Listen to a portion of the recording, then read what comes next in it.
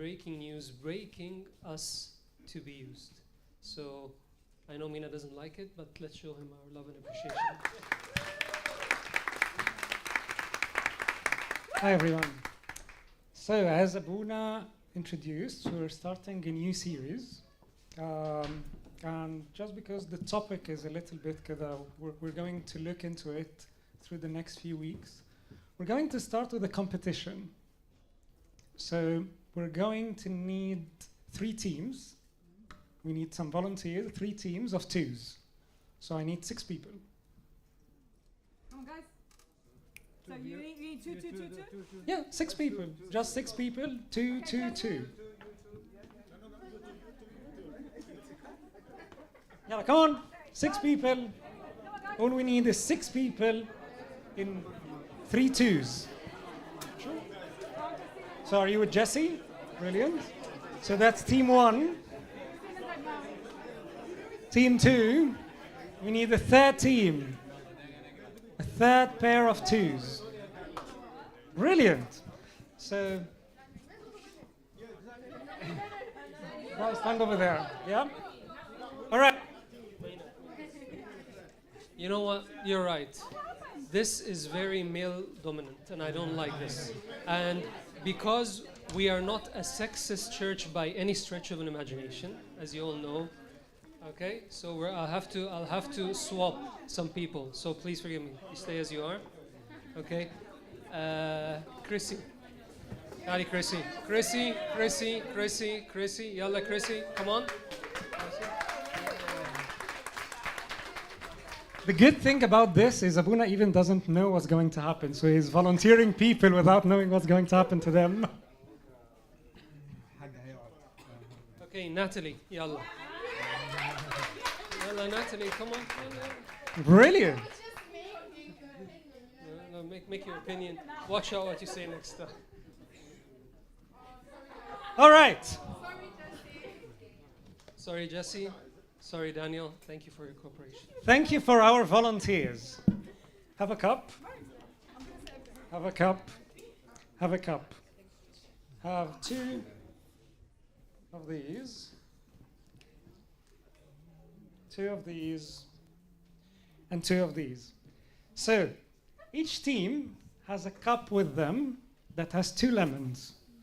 I need you guys to squeeze, bring the juice, and the team who's going to get more juice in the cup is going to win. Yalla, start! No. You're not together. Do whatever you want. Do whatever you want. Quick!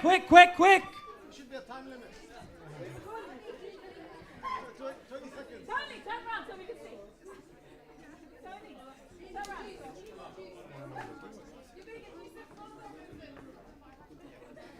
This is going to be very clever. Pause there. Add some water.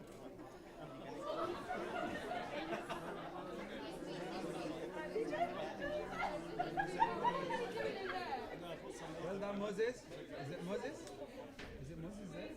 Nearly done. How's it going here? How's it going here? Okay. Oh, brilliant. So team 1 has finished here. All right, team 2. Thank you. And team 3 are still struggling really hard. Moses is killing that lemon. Literally killing that lemon. I think, guys, this is the winning team. Look. All right. Very quickly, can we clean this up? Can we clean the floor? Thank you. So the winning team is Moses and Nat. Thank you, guys. Big round of applause.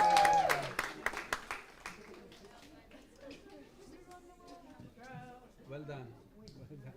Let's remember that for a few minutes later. Thank you very much. You guys have done amazing. I hope that was a little bit entertaining. That's fine. Thank you. Enjoy that? All right. Now, for us to be able to start, we're going to get a little back in time. So we're going to do another exercise, but all of us together. We're going to return 5 years ago from today. I want each of you to return back in time 5 years ago. And I want you guys to try to remember from 5 years ago, what was your dream at that time? What were you dreaming about to achieve? And let's put it, join here, and if you guys want to write it down and we can show it all together. Abuna was not dreaming to become a priest. It's a call. It's a call.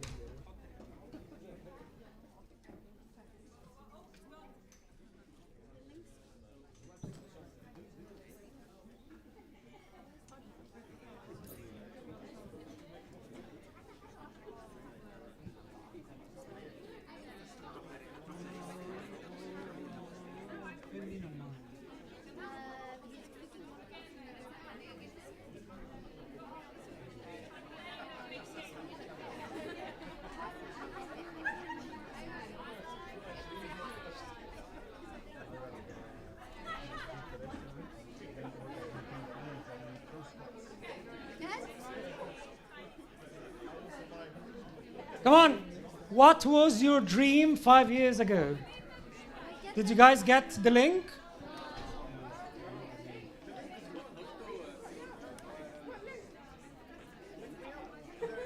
Your dream 5, your dream, tiny.cc, your dream 5.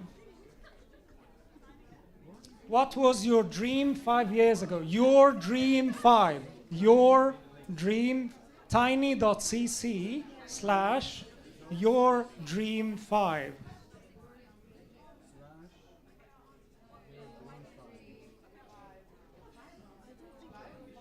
Five.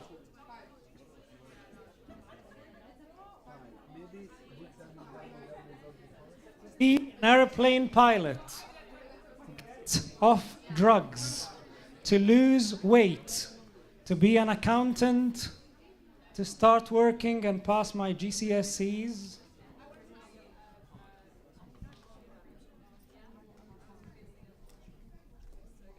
Surf every morning before work. I love that.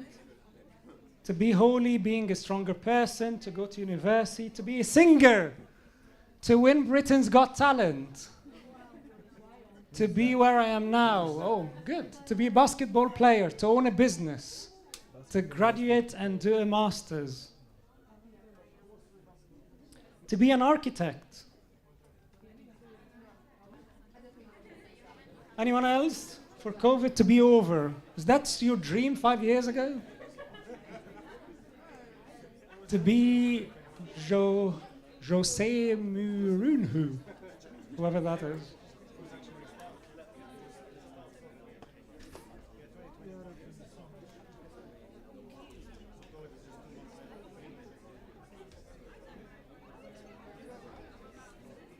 All right. Thank you for everyone who shared. Now, let's move forward to today. I've seen many of your dreams. Some wanted to be basketball players, some wanted to surf every morning. So let's move to today and think about your dreams 5 years ago. Have they all been achieved? Did everything you dreamt of have been achieved? Did everything you wanted, your goals 5 years ago, have you achieved all of them? Let's look at it differently. There must have been a point in my life, in our lives, sorry to tell you, where we have failed. Where we feel that we have been a failure in some aspect of our lives. Do you guys agree? Yes. Who doesn't agree? So everyone agrees? All right. So if everyone agrees, let's do this. Let's get on this link, you have failed, tiny.cc, you have failed, and share what are the areas in your life that you feel that you have failed.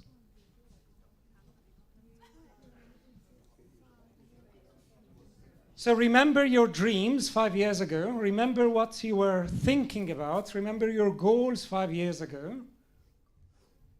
Remember where you wanted to be. Did you achieve everything you wanted to achieve?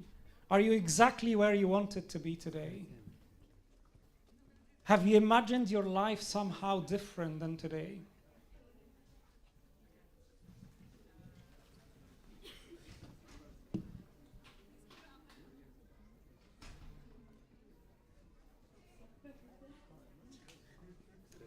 All right. So, he who wanted to become a basketball player did not become a basketball player.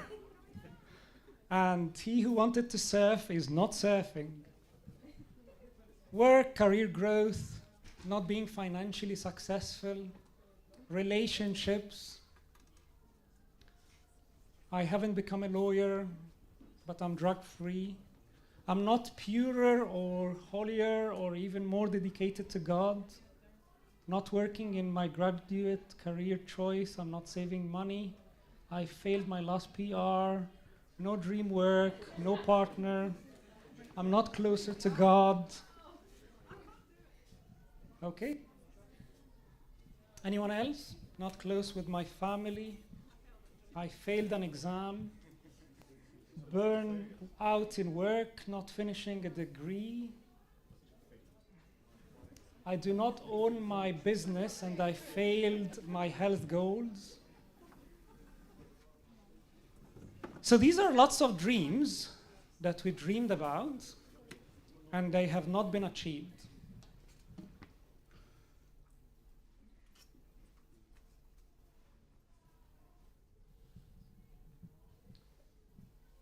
So we all have gone through this and we all have periods of our lives or areas of our lives where we feel that we have failed.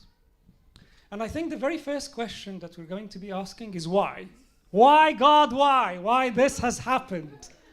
Why did you allow this to happen to me? Why did you make me fail in this? Why is this happening in my life? Where are you? Where have you been when I prayed and when I asked for this, but it didn't happen? And those who are stating about the surfing and basketball, maybe they dreamed of that.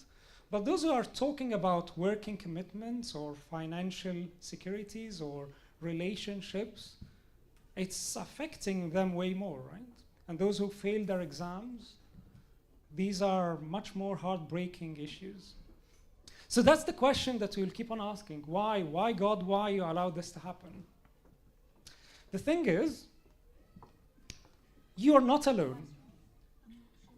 So the problem is that we usually feel when we're going through this is that we are by ourselves, we are alone. But the thing is, we are not alone.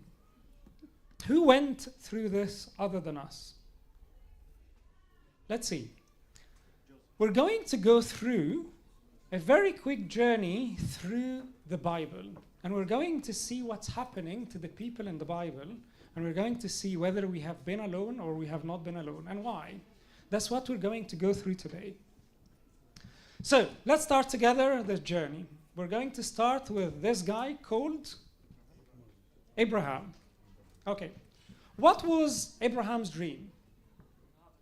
To have a child, to be with his family.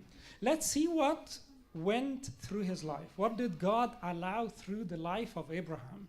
At the very beginning of Abraham's life, we've seen this. Now the Lord has said to Abraham, get out of your country, from your family, from your father's house, to a land that I will show you.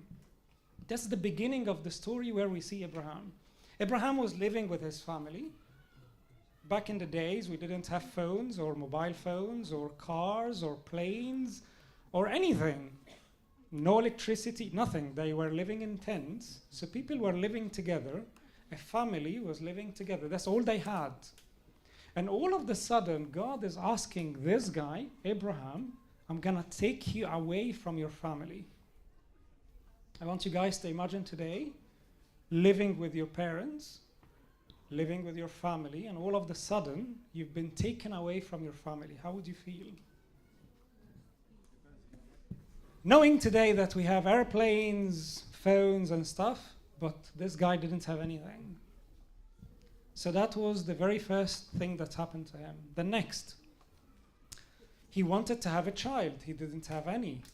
For how long? For a very long time. Abraham said, Lord God, what will you give me seeing I go childless? And everything that I have, the heir of my house, is going to be my servant. I don't have anyone that can be the heir of all of the properties, all of the things, all of the money that you have given me. All I wanted, as you guys have said, my dream was simply to have a child. But God did not give him a child. And then later on, we see something even more serious. Now it came to pass, after Abraham got Isaac, that God tested Abraham and said to him, take now your son, your only son Isaac, whom you love very clearly, and go to the land of Moriah and offer him there as a burnt offering on one of the mountains of which I shall tell you. So, God has taken Abraham away from his family. He didn't give him a child. And when he gave him a child, he told him, offer your child. How is Abraham feeling? And the question is, if this was my dream, why are you allowing this to happen? All right, next. Who's that? It's a tricky picture to... Jacob. Well done. We have Nabil ya Jamaa, very, very clever. Yes, that Jacob, when he found... Rachel, thank you. This is at the well when Jacob found Rachel. So let's see, what was Jacob's dream again? Sorry? Find a wife. To find a wife, to find Rachel, to marry Rachel, and to have a family. What happened to Jacob? What happened in Jacob's life? Let's see. The very beginning, we found that Esau hated Jacob because of the blessing which his father blessed him. And Esau said in his heart, the days of mourning of my father are at hand. I will kill my brother. So first thing happening to this guy, Jacob, is that his brother hates him. So what did Jacob have to do? Jacob had to run away. Now, therefore, my son, obey my voice. This is his mother speaking to him. Arise and flee to my brother Laban in Haran and stay with him there. Jacob had to leave his father and leave his mother, and he had to run away because his brother hated him. What's happening after that? After that, he wanted to marry Rachel. So instead of him marrying Rachel, now it came to pass in the morning that, behold, it was Leah. His uncle Laban has tricked him. Instead of making him marry Rachel, the one he loved, he married Leah. And he got deceived by his uncle. Another heartache. Did he ask for something that is strange? He asked for a relationship. He asked for marriage. Nothing wrong. Did Abraham ask for something that is strange? He asked for a son, to have a family, to be with his family. These are very normal things. Why is this happening? And then he started working at Laban, and Laban has deceived him and changed his wages 10 times. I just want to work. I want to be a family man, to be able to provide for my family. Yet Laban has deceived him and changed his wages 10 times. So he had to leave Laban and leave everything that he has done and to start running away. When he started to run away, who did he meet? Esau. He met Esau on the way, and Esau again wanted to kill him.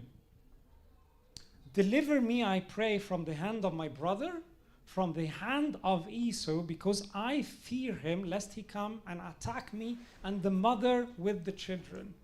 So now Jacob was fleeing from Laban, who wanted to kill him. Now Jacob was fleeing from Esau, who also wanted to kill him and his family. I want you guys to try to imagine how he's feeling. Put yourselves in Jacob's position. He wanted something very, very simple.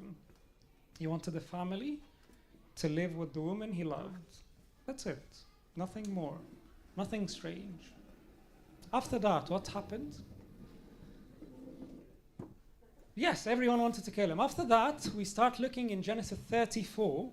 He finally went to somewhere, and then his daughter Dinah, she went out, and then Shechem, the son of Hamor, saw her, he took her, he lay with her, and violated her. His daughter got raped. What a heartache. Tayyib, okay, things are sure going to start getting better, right? And then Rachel died. حاجة فظيعة. The guy does not have a break. After Rachel died, what happened to Jacob?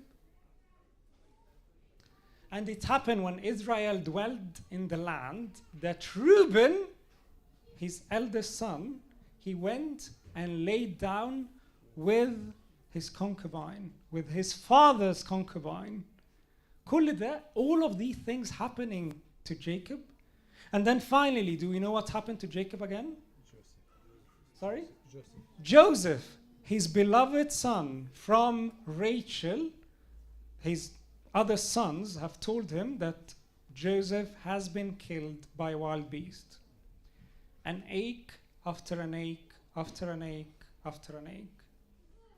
So, if this was Jacob's dream, did he achieve his dream? To be in a family? To be with his wife whom he loved? It's far away from that. And the question, again, is why did this happen? Malish, bear with me. We're going to go through a few people, but it's important. It's really, really important. Then after that, this is who? Joseph. Joseph, again, was very, very loved by his father. His father Jacob really loved Joseph to the point where he got him this colored coat. Yes? So in Joseph, he's growing in a big family. He has 11 other brothers, and his father, he was kind of the prince of the family at the time. He was very, very spoiled. His father loved him, and he was having lots of fun. And then all of a sudden, when his brothers saw that their father loved him more than all of his brothers, they hated him. I want you to imagine growing up in a family where your siblings hate you. Joseph's mother just died. Rachel just died, right? And now his brothers, they hate him. I didn't ask for much. All I've asked was to live with my family peacefully. Nothing much. Why do they hate me? What have I done? And then it didn't end up there. Now when they saw him afar off, even before he came near, they conspired against him to kill him. So they wanted to kill Joseph. And after that, after they wanted to kill him, they threw him in a well. And then they sold him to the Ishmaelites. And he became a slave. Why? Why all of this is up? What did I do for all of this? And after he became a slave, Joseph's master took him and put him into prison, a place where the king's prisoners were confined. 5 years ago from this, 5 years prior to this, what was Joseph dreaming about? To live with his family peacefully, with his father, with his mother, with his brothers. All of a sudden, he found that his mother died. His brothers hate him. They wanted to kill him. He became a slave in the land of Egypt and then became a prisoner where all of the criminals are. And I want you guys to imagine, did Joseph ever think that he might get out of prison again? His life turned upside down. He became in the pit, from being the prince of his family to being deep down in the pit with no hope, nothing whatsoever. All right. Next. This guy. Easy one. Moses. What's the story of Moses? Moses was the prince. Moses was the prince of Egypt. Moses grew in the palace of Pharaoh. What was his dream? Come on. Sorry? To be Pharaoh. Moses' dream was to be Pharaoh. And if he wanted to make a better dream, he dreamed to take the Israelites out or to help them out from his position being Pharaoh. That's what Moses dreamed about in the palace. Right? He lived 40 years in the palace. 40 years this guy was thinking, I am going to be the next king, I'm going to be the next Pharaoh. He lived a fantastic life. And then all of a sudden, what happened? He killed somebody. He killed someone, he'd been accused of murder, and he had to run away from Egypt to the desert. What did he do in the desert? He became a Bedouin. He became a shepherd. So from a guy who lives in the palace, again, I want you guys to imagine, you work in the financial district with £2 million a year salary, and all of the sudden, you went to the far off in Highlands in Scotland having 2 cows. What's wrong with the Highland? Nothing is wrong with that. But I want you guys to imagine the difference in life. Can you guys imagine the difference in life? There is nothing wrong with that. But it's a very different life. He now became just a shepherd taking care of the sheep, knowingly that being a shepherd to the Egyptian was an abomination. They detested the shepherds. So for him, this is a huge crisis in his life. Right? Again, 5 years ago, what was he dreaming about? And today, what's happening in his life? And the same question will come again. Why did this happen? Why did I have an amazing dream and then this dream got shattered altogether, far off from what I wanted in my life, and this is happening to me? Next. That's an easy one. David.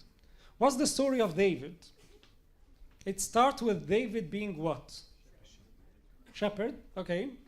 But very quickly after we encountered David being a shepherd, he became what? He became the anointed one. So David, all of a sudden, became the king. He was anointed by Samuel to become the king of Israel.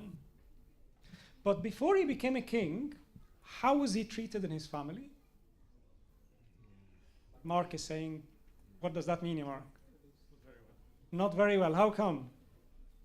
When Samuel asked his dad to bring his children, the father neglected David altogether. Like he's a nobody in the family. Right? Then after he became the anointed one, after he became anointed to become the king, what started to happen in his life? Let's name them. Saul. Saul wanted to kill him. So although David was anointed as a king, Saul, the king of Israel at the time, wanted to kill David.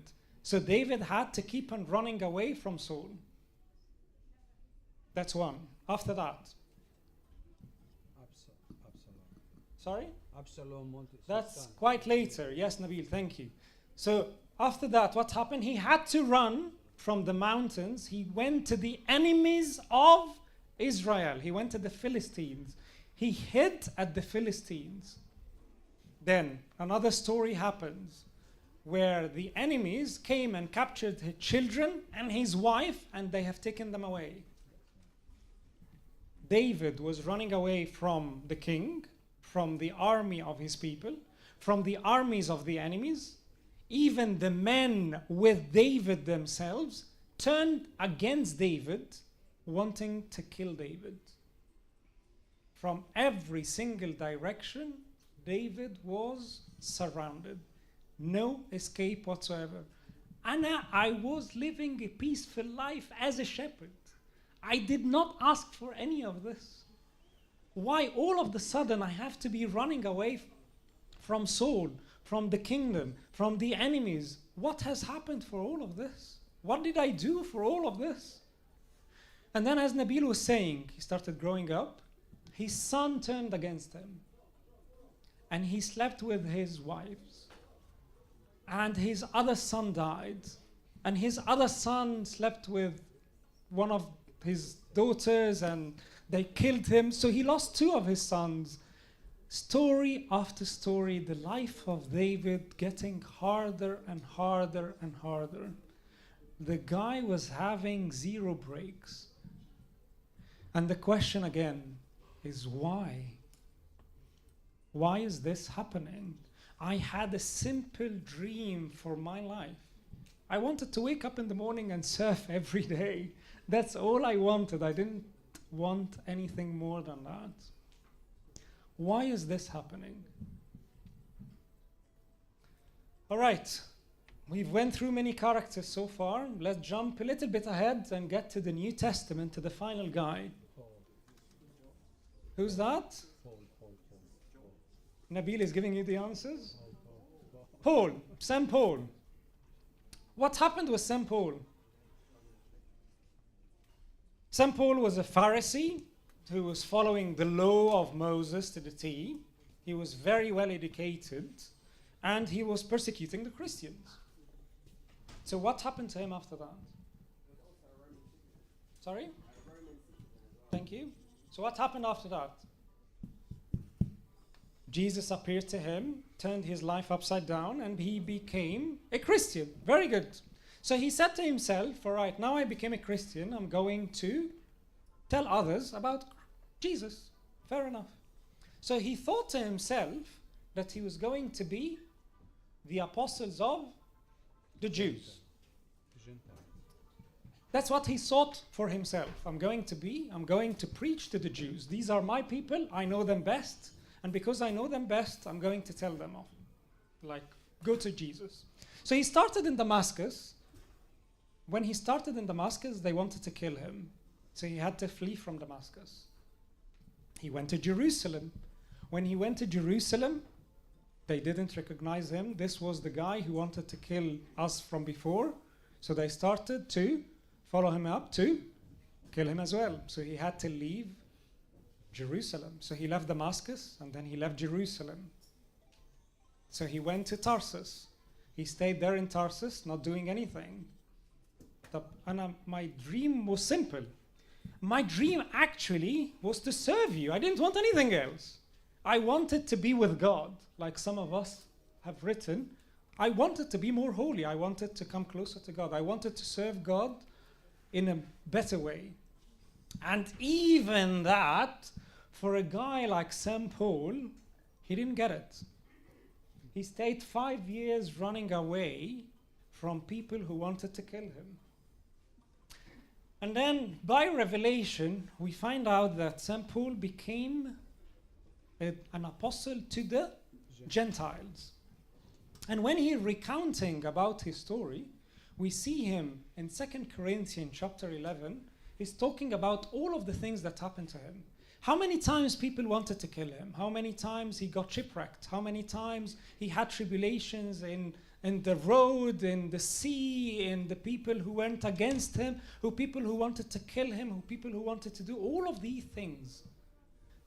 And finally, we know that this guy was sick to the point where he said, I prayed to God many times about my sickness, and he said no. And this sickness, like we understand that he had some tissues when he was cleaning his wounds. The tissues that were cleaning his own wounds were healing other people. And again, the question that we keep on asking, why? All of these things are happening. God, I had a simple dream. I was living a normal life. I didn't want much from my life other than simple, normal things like the ones that we have all written. I want to play basketball. I want to surf in the morning. I want to have some financial stability. I want to have a family. I want to have a relationship. These are all normal dreams. But the problem is, these people did not get their dreams. And all of these people have felt at some point that they are a failure, that they have failed in aspects of their lives. And we keep on asking why this is happening. The answer is not going to be an easy one. The answer is God was breaking them. Why? What do you mean? Why would God do this? Why would God do this to us? Like, this is not an easy answer. This is not the answer that I wanted to hear. Like, are you saying that God was breaking us? That God was breaking them? God was breaking Abraham, Jacob? God was breaking Joseph, Moses, David, Paul? These are all the great people of God. Are we saying God was breaking them? Yes. In order to get to that, it's a story time. This is a very small story. Story found in Jeremiah chapter 18. It starts like that. The word which came to Jeremiah from the Lord saying, "Arise and go to the potter's house, and there I will cause you to hear my words." Then I went down to the potter's house, to Jeremiah. This is God speaking to Jeremiah. He's telling him, go to the potter. So Jeremiah heard the word of the Lord, and he went to the potter's house. And there he was making something at the wheel, the pot. In every single story of these, we will see that God's plan for each of them was way bigger than their own dreams. Way bigger than their own dreams. And that's what we're going to look at. Very quickly. Abraham wanted to have a family, right? But God told him, leave your family and even offer your son that you are waiting for. What happened to Abraham? Who did he become? The father of nations. From his descendant came Jesus himself. What was Abraham called? Abraham believed God, and it was accounted to him for righteousness, and he was called the friend of God.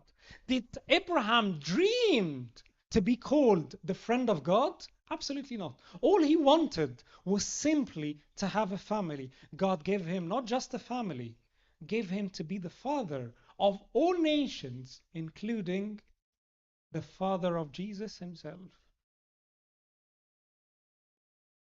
What happened to Jacob? Jacob اتطحن في حياته. يعني he went through herds and hustles throughout all of his life, one after the other. What happened to Jacob? At the end of his life, your name shall no longer be called Jacob. You will be called Israel, for you have struggled with God and with men, and you have prevailed. Jacob simply wanted to have a wife and a simple life. That's all he wanted. The dream of many of us, a wife and a simple life, right? But that's far from what has happened to Jacob. Jacob had a very complicated life, but he became Israel, the 12 tribes of Israel. The whole of the Israelites are the sons of Jacob. They are called the Israelites, referring to Jacob. And then Jacob, when he went to Egypt, he was the one to bless Pharaoh himself. Who was Pharaoh at the time? Pharaoh is not just the king of Egypt. Pharaoh is the king of the land. Egypt at the time was like one of the biggest kingdoms at the time. And who blessed him? This Jacob, who his wife died, his son died, all of these things that happened to him, was the one to bless Pharaoh himself. This is Jacob. Next, what happened to Joseph after he got betrayed, hated, he was going to be killed? He became a slave, he became a prisoner. What happened to Joseph? Pharaoh said to Joseph, "See, I have set you over all the land of Egypt." Did Joseph ever dreamed to be over the land of Egypt? Absolutely not. Did he dream even to see his family again after he was in prison? That's his furthest of his dreams. I just want to get out of prison. That's all I want. Joseph have seen his father, have seen his brothers, have seen their families. He got married, he got kids, and he became over all of the land of Egypt. He was the person who rescued all of the land from famine. That was Joseph. Moses. What happened to Moses? Moses wanted to take his people out, or simply to help his people, not even to take them out. And then at the end of the life of Moses, we've seen when Moses stayed another 40 years in the desert, that's when God has called him. You are going to be my guy. Okay, I don't want to, but fine. Thank you for the honors. And then what did Moses do? Moses got the Israelites out. He went on the mountain and took the 10 Commandments. He have seen God face to face. And we've seen at the end of his life in Deuteronomy 34, since then there has not arisen in Israel a prophet like Moses, whom the Lord knew face to face. Was this Moses' dream? Far off. Far off. Moses wanted a simple life. God gave him a glorious life. He was the one who opened the Red Sea with his staff. He was the one who seeing the cloud of fire and the pillar of cloud in front of him every day. He was the one going into the Ark of the Covenant. He was the one building the tabernacle. He went on top of the mountain and was speaking to God face to face. That's Moses after being broken. David, after the very hard life of David, we see at the very end of his life, I have found David, the son of Jesse, a man after my own heart, who will do all my will. Up until today, 3,000 years later, 3,000 years later, we're still reading the Psalms of David the prophet and king up until today. After he was broken by the hands of God. Is it hard to hear it? It is. To be broken by God, but look at the glory that they have received. These are the mighty men of our own Bible that we read about. And we look at David and Moses and Joseph and Abraham and Jacob, and we look at them and their stories, and we say, these are the mighty men of the Bible. But we forget that they were broken, totally broken. Did we forget anyone? Did we miss anyone? Paul. Nabil Mesahsah. What happened to Paul? Look what God have said about Paul. The Lord said to him, this is the Lord speaking to Ananias, who was going to baptize Paul. The Lord said to him, "Go, for he is a chosen vessel of mine, to bear my name before Gentiles, kings, and the children of Israel." A chosen vessel.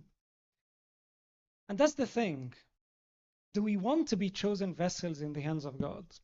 Do we want to be like the potter, like the story in Jeremiah, to be in his hands, to be marred in his hands, for him to do whatever he wants, to mold us, to transform us, to create us to be a chosen vessel in his hands? Because God breaks us, as hard as it is, to use us.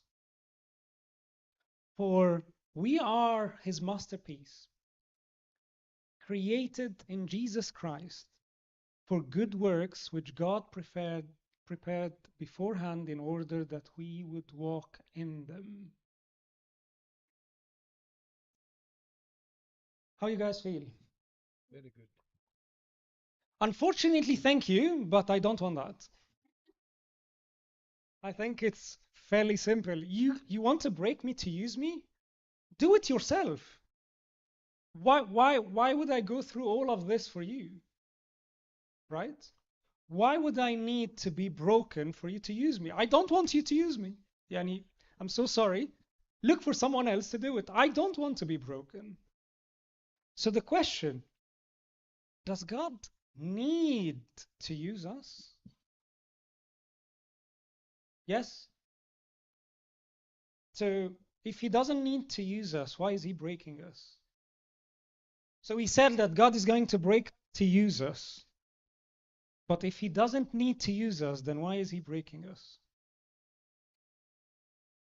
Sorry? Nothing. I just think that obviously you need bad to see good. So if we're broken, but like obviously if you see if To like see like good, for I example, need to like see if the you are bad. broken, you seek God for your own choice. It's not something that's forceful or controlled. You do it for your own choice and out of your own will. And I think that's why God allows things to happen in a sense. Okay? Raf? Why It's I've used this analogy before in Kenya, but it's like going to the gym. When you go to the gym, you have faith that even though the next day you can't walk, you can't move, you're in a lot of pain, but you have faith that one day, you'll look better or you'll be stronger or anything. Fine, but both of your answers does still not give us an answer. Why is God breaking us to use us if he doesn't need to use us? Jesse? Because he loves us, essentially. He loves you, he breaks you, doesn't give enough. Is because in the process of breaking you, he rids you of something that you need to be rid of, and he wants to partner with you in whatever it is he has to do. Fantastic. Thank you, Jesse. So, God who made the world and everything in it is the Lord of heaven and earth. He is not served by human hands as if he needed anything. God does not want anything from us. He does not need to use us. We need to get this clear. He does not need to use us. So why is he breaking us? To use us? So that we are co-workers with him.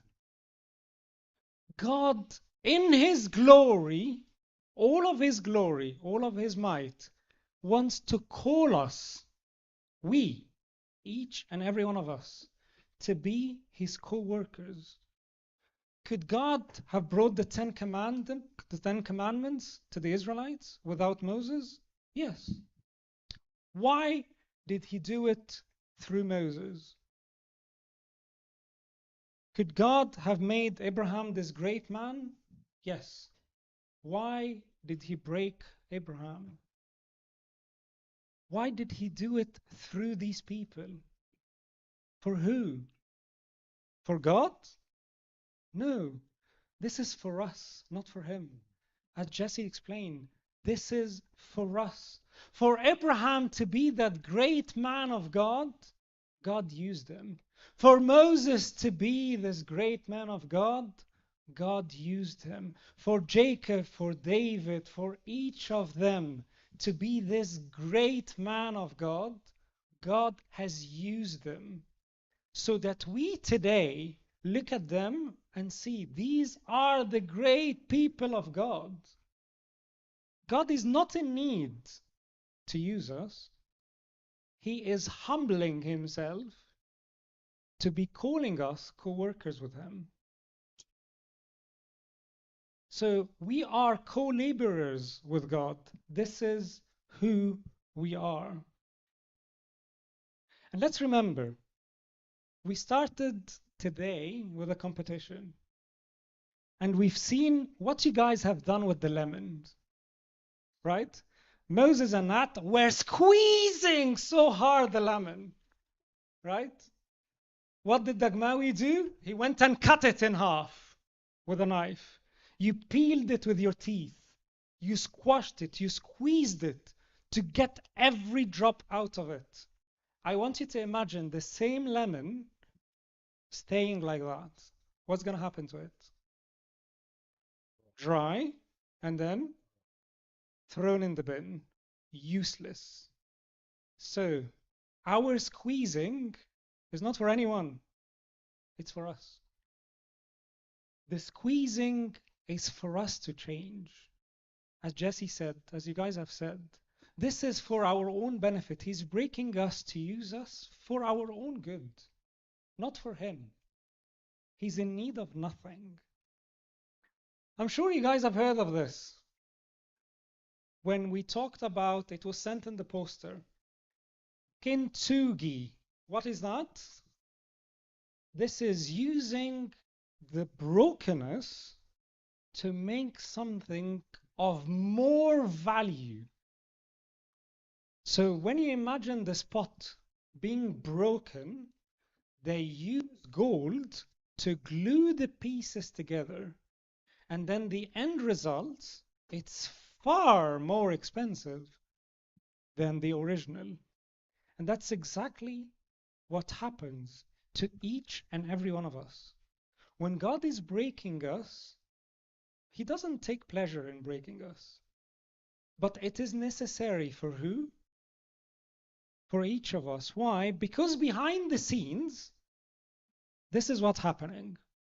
And this is crucially important. Each of us, we have built for ourselves this. A big statue that we are building for each of us. I am amazing. There is no one like me. I do not make any mistakes. I'm so sorry. I'm better than all of you. I know best. This is what we do. This is what we think of ourselves. But unfortunately, this big ego that we have is hindering us to get to the kingdom, is hindering us to be used by God, is hindering us to do the works that God has meant for each of us.